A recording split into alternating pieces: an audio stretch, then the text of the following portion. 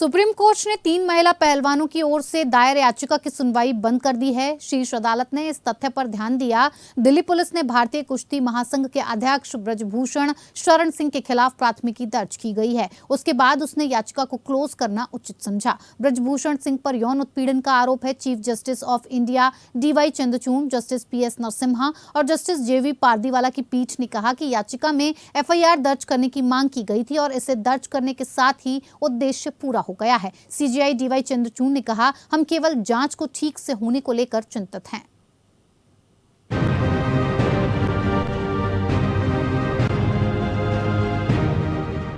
भारतीय कुश्ती संघ के अध्यक्ष ब्रजभूषण शरण सिंह के खिलाफ धरने पर बैठी महिला पहलवानों की याचिका पर सुप्रीम कोर्ट में सुनवाई हुई।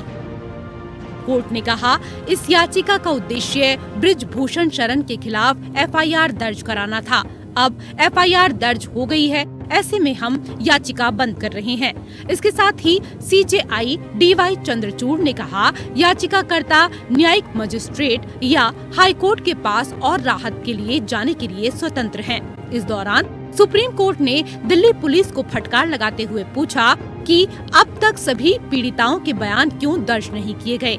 इतना ही नहीं, कोर्ट ने पूछा कि कब इनके बयान मजिस्ट्रेट के सामने दर्ज कराए जाएंगे। याचिकाकर्ताओं की ओर से पेश सीनियर एडवोकेट नरेंद्र हुडा ने सुप्रीम कोर्ट के हस्तक्षेप तक कार्रवाई करने से इनकार करने में दिल्ली पुलिस के आचरण को ध्यान में रखते हुए पीठ से जांच की निगरानी करने का अनुरोध किया।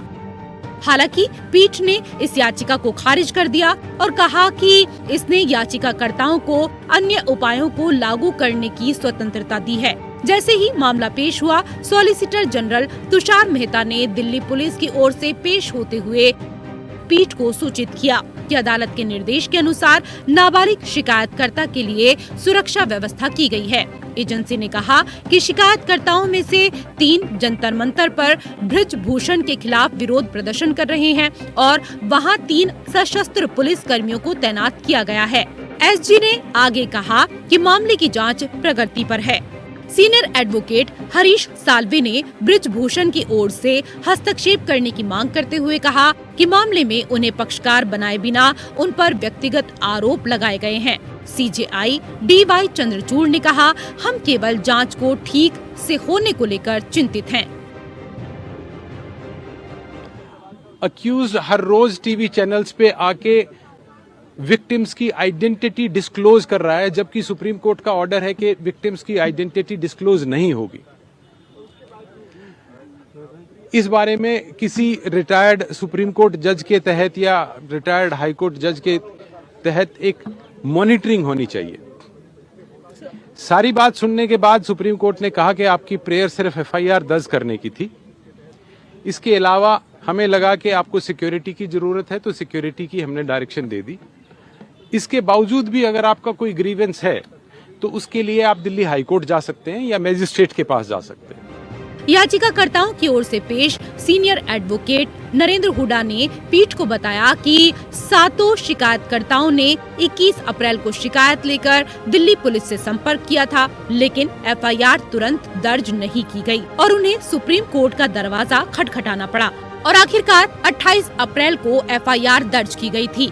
सीनियर एडवोकेट ने आगे कहा कि नाबालिग शिकायतकर्ता से पुलिस ने 29 अप्रैल को टेलीफोन पर संपर्क किया था और CRPC की धारा 161 के तहत कोई औपचारिक नोटिस नहीं दिया गया था।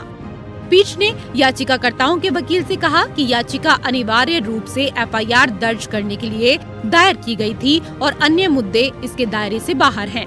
अब जब FIR दर्ज हो चुकी है, इसलिए सुनवाई बंद की जाती है। Bureau report.